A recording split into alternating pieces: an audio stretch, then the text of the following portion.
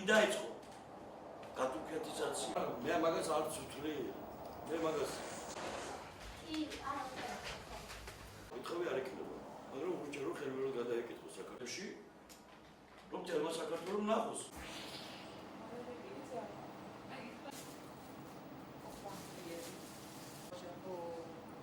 Hai, tamam. Like ne Joe?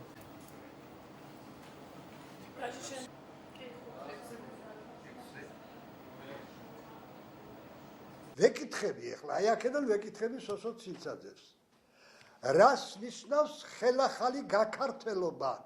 ამიხსნათ, რა, არ ახსოვთ მაგათ, რომ ქალი ჭაც რომ აცხობდა ჯვარსა დედაზე და ჩუმად იავნანას რომ უმღეროდა ბავშვებს, არ იყვნენ ესენი ქართველები? ჩამობძადეს აჭარაში და ერთი კვირა გაჩერდეს და მოიაროს აჭარა და ავიდეს ზემო აჭარაში და ნახავს როგორი ძველ ქართულით ლაპარაკობენ ის აჭარლები. მე ვეთანხმები ბატონ სოსო ცინცაძეს, რომ დეთურქეთიზაცია აუცილებელი აჭარაში, მაგრამ მე მოვითხოვ მისგან განმარტოს რას ნიშნავს იქაური ქართველების, იქაური მოსახლეობის გაქართველება.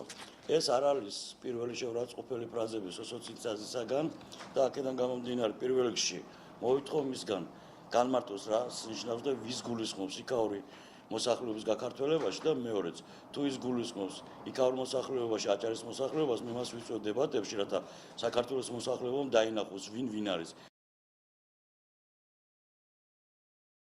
გაუგებრობა მოხდა არ ვიცი ახლა შეგნებულად თუ შეუგნებლად ახლა ეს სენსაციის მოყვარული თქვა სენსაციაზე გატაცებას მოყვა ამას თუ აი ესე მექანიკურ გაუგებრობას მოყვა შეიძლება თქვა აი ტელეფონით საუბრის დროს რა რაღაც მოხდა ხარ რა აღარ გეტყვით მაგრამ რომელიც თქვა მყოფელი იყოს ახლა რომელიც თქვა მყოფელი იყოს იმას რომ აჭარელი ქართველი უნდა გავაქართველოთო ბათუმელი ბატონისასო არაფერ შუაში არ არის აქ მე ვკითხე და მას ისე არ უგულისხმია რა რეზონანსით მოხვა მაგრამ სამწუხაროდ წინადადება შეიძლება რამდენიმე ვარიანტით იქნას გაგებული ის განმარტება გამოგექვეყნებინეთ რაც გააკეთა ბატონმა სოსომ ამასთან დაკავშირებით საჭირო სხვათა შორის მე ეს პასუხი რომ მივიღე მისგან მე პირდაპირ არ აღვიქვამს მართალი გითხრათ მეც ესე აღვიქვი როგორც მან თქვა რომ იქ სულ სხვაგვარად იგულისხმა ეს თორე ხა